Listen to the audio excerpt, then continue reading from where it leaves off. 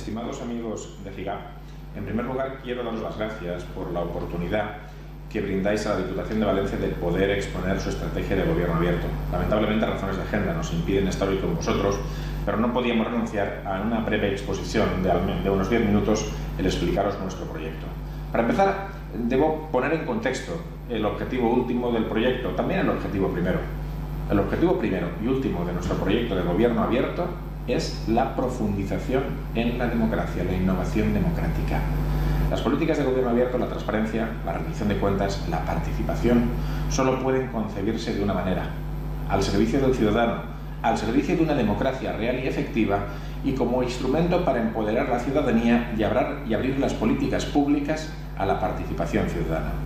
Para ello, no podíamos actuar en el vacío. Nuestro primer reto fue conocer la realidad. Este fue un reto político. A través de un conjunto de reuniones organizadas por nuestro diputado, Roberto Jaramillo, se habló prácticamente con los 266 municipios de la provincia. Esto nos permitió una primera aproximación, una primera toma de contacto con la realidad que iba a orientar nuestras ideas. Esas ideas se expusieron en un mapa mental. Este fue nuestro primer trabajo, el trabajo más primario. De repente, a través de un conjunto de tormentas de ideas, decidimos que podíamos hacer muchas cosas, tal vez incluso demasiadas, y cada una en distintas áreas, como podéis ver: transparencia, colaboración ciudadana, rendición de cuentas, creación de la cultura Go, alianzas y redes. Pero no nos bastaba con eso.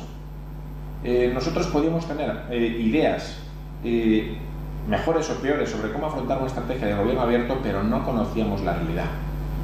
Y empezamos por conocer la realidad de la transparencia.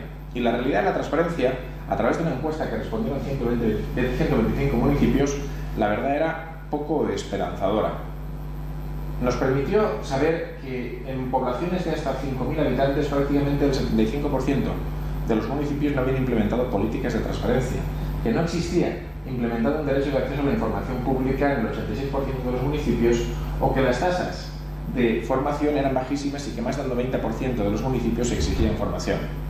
Este esfuerzo lo vamos a reeditar ahora en materia de participación, aunque no obstante ya tenemos algunos inputs que nos dicen que el resultado no será mucho mejor, pero también nos dicen que existe una voluntad política clara de los municipios de apostar por el gobierno abierto.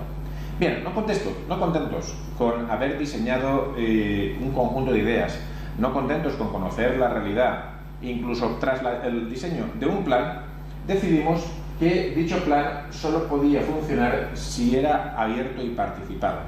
Es decir, diseñando nuestra estrategia Go en su versión preliminar, decidimos que teníamos derecho a equivocarnos, que teníamos derecho a no saberlo todo, y sobre todo que teníamos la obligación de ser coherentes con las políticas de gobierno abierto, incluso en la generación de nuestra propia política de gobierno abierto. Para ello lo que hicimos fue acudir a distintos colectivos y asociaciones. Este es el conjunto del proceso que podéis ver. El proceso tuvo una parte presencial, mediante reuniones concretas y diseñadas con todos los agentes. Hablamos de los funcionarios de la Diputación, hablamos de ayuntamientos, hablamos de agentes sociales. Una estrategia a través de redes sociales mediante la herramienta Democracy OS, pero además de una realidad que fue creciendo, porque a través de Democracy OS, a través del buzón que abrimos para ayuntamientos y funcionarios en nuestra propia intranet, pero a través de la propia iniciativa de la sociedad, comenzaron a llegar otros inputs. Se desarrolló un debate en Twitter, se desarrolló un debate en LinkedIn, recibimos sugerencias por correo electrónico de modo informal, e incluso una organización ciudadana organizó reuniones y debates presenciales para presentarnos propuestas. El resultado es que dentro del ciclo de recepción de ideas aparecieron 198 aportaciones. Vamos a ver el detalle. Veréis, recibimos 198 aportaciones, de las cuales incorporamos un 96% que generaron 292 impactos. En la presentación, en la devolución de estos resultados a la ciudadanía, nuestro diputado subrayó un hecho que yo os había apuntado al inicio. Teníamos derecho a equivocarnos y descubrimos en algunas cosas nos habíamos equivocado.